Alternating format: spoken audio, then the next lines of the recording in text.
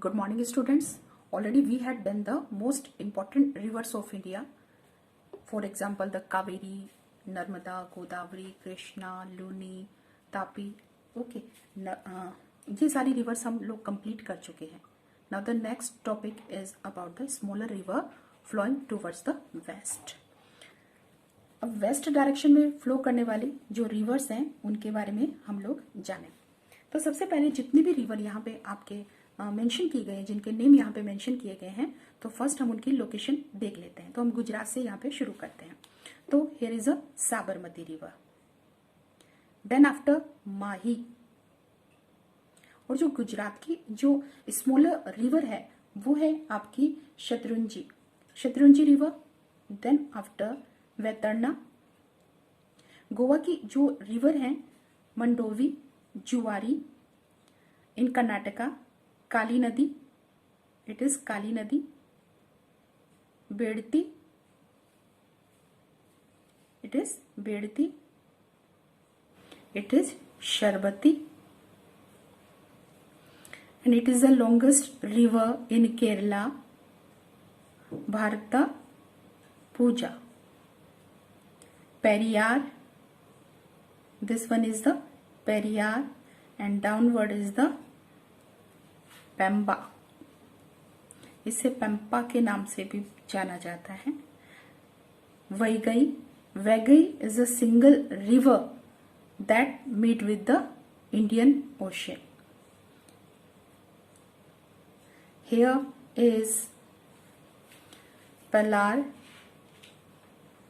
पेन्नेर या पेन्नार, पेन्नेर.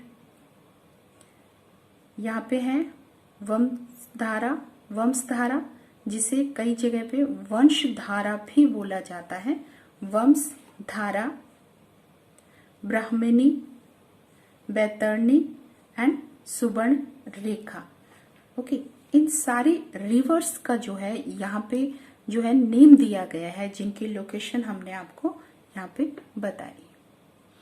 अब the river, smaller river की बात कर रहे हैं हम लोग, और वो जो वेस्ट डायरेक्शन में जाकर मिलती है, इट मीन्स अरेबियन सी के साथ जाके मिलती है. तो यहाँ पे आपसे क्वेश्चन पूछा गया है कि अरेबियन सी के साथ जो रिवर मीट करती है, जो स्मॉलर होती है, उनका जो कोर्स है, उनको स्मॉलर क्यों बोला है? क्योंकि उनका जो शॉर्ट कोर्स है. तो क्यों यहाँ उसका शॉर्ट कोर्स है? तो ऑलरेडी हमने आपको बताया था कि ये आपका कोस्टल लाइन है. Then after western coastal line, western plain, western Ghat.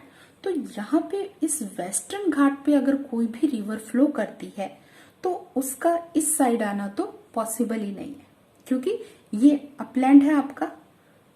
तो ऐसी कंडीशन में जो रिवर सिर्फ इस पार्ट में फ्लो करती है, वही सिर्फ जो है आपके वेस्टर्न डायरेक्शन में जो है मीट करती है अरेबियन सी से, या वेस्टर्न डायरेक्शन में फ्लो करती है. अगर कोई रिवर इस स्पेस पे, इस प्लेस पे है, तो यहाँ पे उसके पास ये जगह नहीं है कि वो उसको क्रॉस कर कर उस पे आए.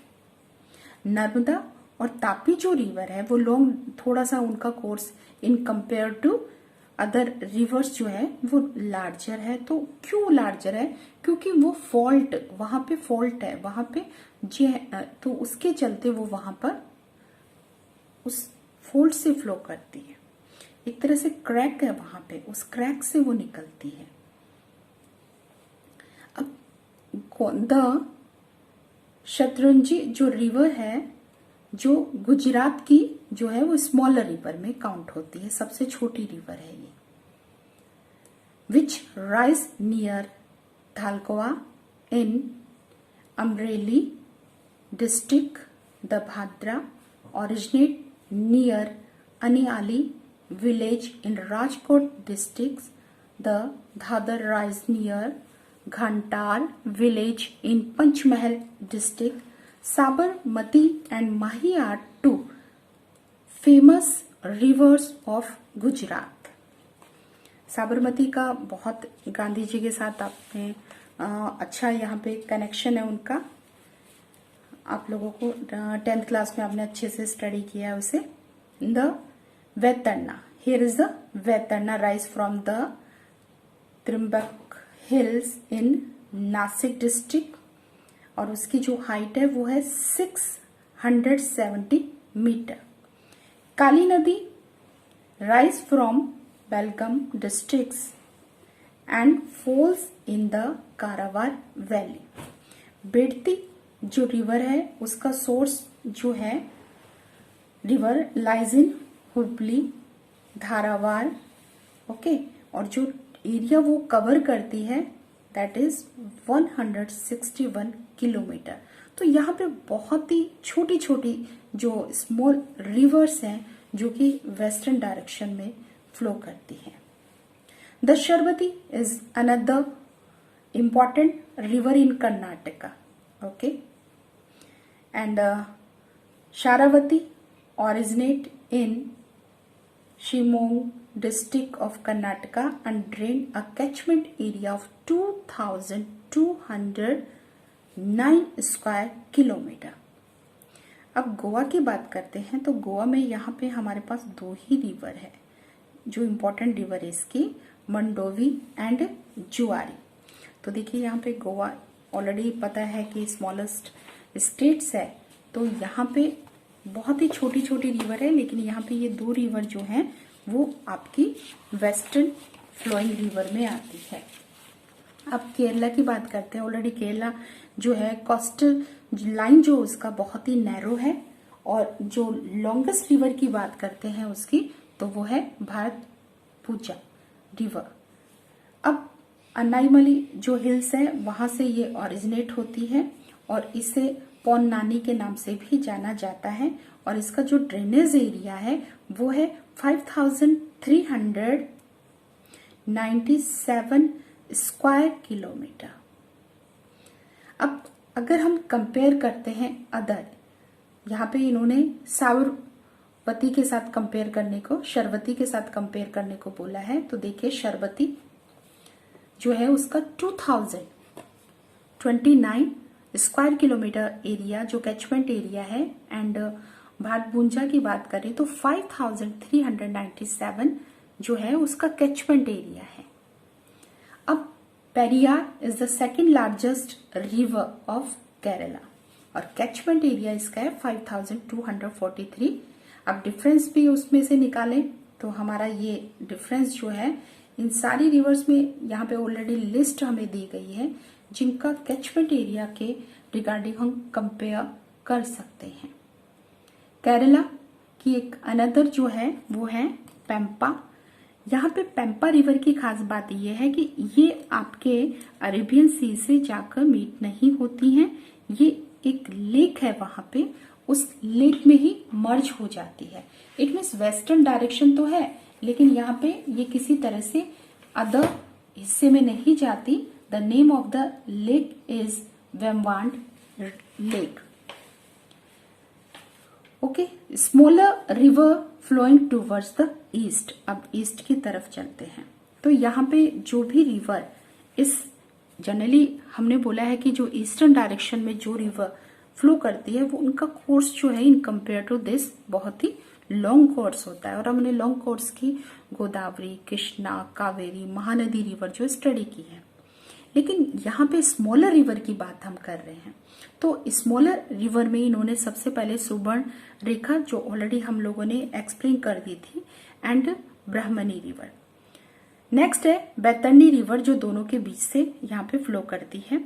इट मीन्स इनका जो ओरिजिन प्लेस जो है वो आपका यहाँ बिहार झारखंड है, लेकिन ये उड़ीसा से क्रॉस करते हुए आपके बे ऑफ बंगाल में जाकर मिलती है.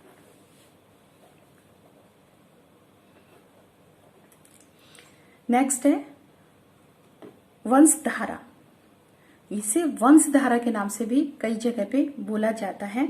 वैसे वंशधारा पेन्नेर जो रिवर है वो, और ये पलार जो रिवर है वो क्या है आपके तमिलनाडु से निकलती हैं, ओरिजिनेट होती हैं. तो ये सारी की सारी जो रिवर्स हैं वो स्मॉलर रिवर्स हैं. Here is a western direction and here is a eastern direction reverse. अब इनका कैचमेंट एरिया हमें दिया हुआ है, तो उस कैचमेंट एरिया के अकॉर्डिंग हम बोल सकते हैं कंपेयर करके कि पेन्नार या फिर पेन्नेर जो रिवर है उसका catchment area in compare to other river जो है वो लार्जर है। और सबसे छोटा जो एरिया बोला जाए या कैचमेंट एरिया की बात करते हैं तो वह है 12,789, वो है आपका बैतरनी रिवर का। तो यहाँ इधर की तरफ देखते हैं, सबसे जो है स्मॉलर एरिया शॉर्ट कोर्स जिसका है वो है आपका 2029 किलोमीटर स्क्वायर, ठीक है। और जो लार्जर अगर है यहाँ पे तो वो है माही रिवर का 34,842 स्क्वायर किलोमीटर। अब रिवर रेजिम्स की बात करते हैं। रिवर रेजिम्स का मतलब है कि एक रिवर जो फ्लो करती है तो वो कौन से यहाँ पे वाटर जब वो फ्लो करती है तो कितना एरिया, कैसे उसका पैटर्न रहता है, कितना उसके वाटर का वॉल्यूम होता है, तो उसे हम रिवर का रेजिम्स के नाम से जानते हैं। और हमें सबको पता है कि अगर रिवर यहाँ फ्लो कर रही है तो यहाँ पे हम थ्रू आउट द ईयर या फिर 12 मंथ की बात करते हैं तो एक जैसा वाटर का फ्लो यहाँ पे देखने को नहीं मिलता। ये डिपेंड करता है कि वो रिवर का सोर्स क्या है, वो रिवर कैसे, किसके सोर्स या कौन सा सोर्स से वो फीड की जा रही है। तो यहाँ पर अगर हम हिमालयन रिवर की बात करते हैं तो हिमालयन रिवर जो है उनका जो सोर्स है वो क्या है, glacier plus rainfall. Himalayan river जो है वो ग्लेशियर प्लस रेनफॉल उनका सोर्स है। तो यहाँ पर जब बारिश होती है या उस समय क्या होता है कि इनके वाटर का जो वॉल्यूम है वो बहुत ज्यादा इंक्रीज हो जाता है और उसके कारण क्या है, फ्लड आती है।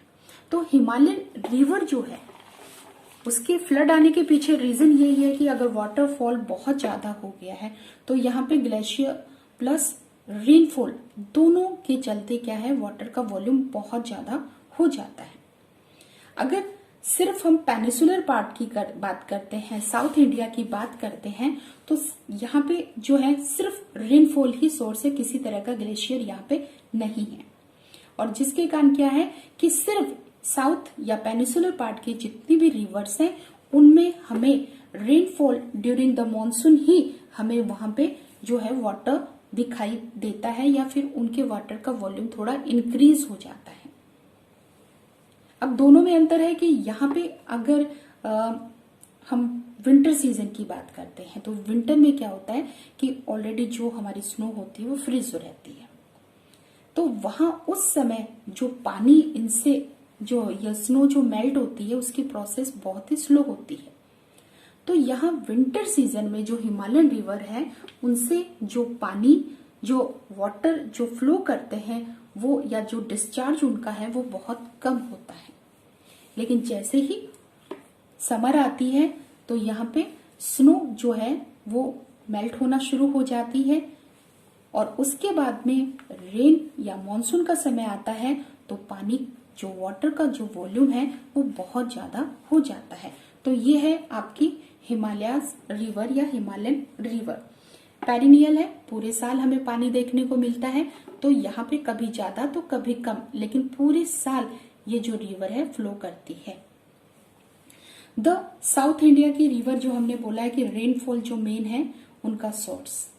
अब गंगा की बात करते हैं। अगर हम गंगा रिवर की बात करें तो कब उसमें हमें मिनिमम और कब हमें मैक्सिमम जो है फ्लो देखने को मिलता है। देखिए गंगा जो रिवर है उसमें हमें सबसे पहले, गंगा से पहले हम आपको डिस्चार्ज के बारे में बता दें। The discharge is the volume of water flowing in a river measured over time.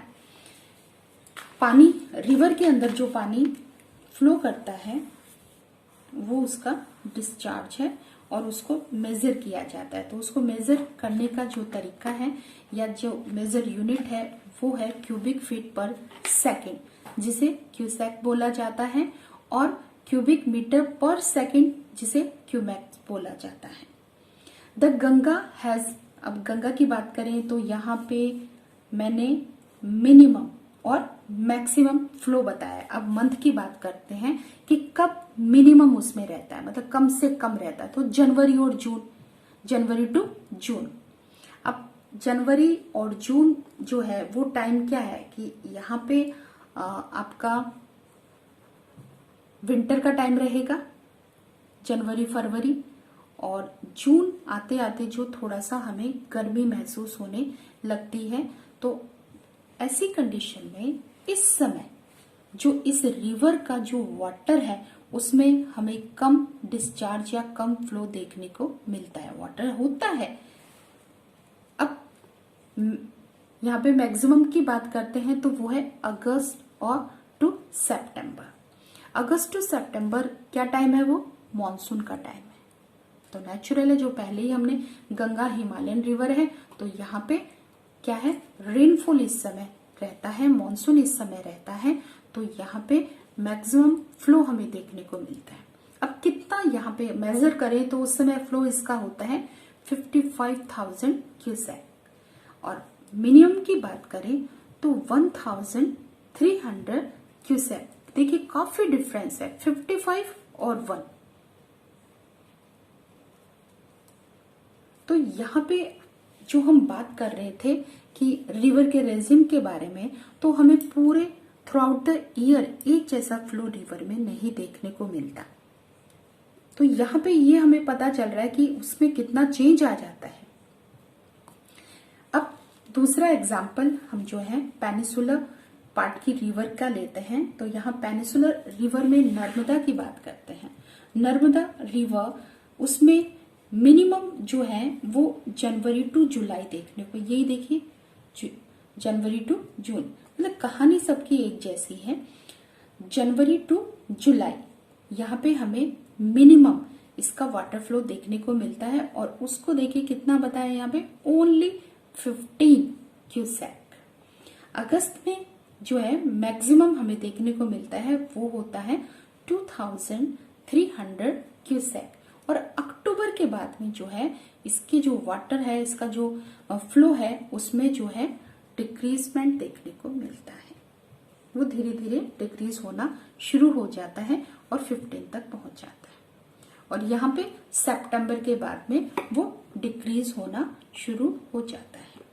अब गोदावरी की बात करते हैं। गोदावरी जो है मिनिमम मई के मंथ में गोदावरी के अंदर जो है मिनिमम वाटर फ्लो देखने को मिलता है, और वो है 50 क्यूसेक, और मैक्सिमम जो है July to August. It means rainfall, यहाँ पे रेनफॉल क्या है कि पहले जैसे हमने यहाँ पे अगस्त टू सितंबर बोला है, तो यहाँ पे जो रेनफॉल है वो अगस्त, मानसून जो है वो लेट आता है, और यहाँ पे मानसून जो है वो गोदावरी जो डाउनवर्ड है उसमें जो है इन कंपेयर टू दिस जल्दी आता है।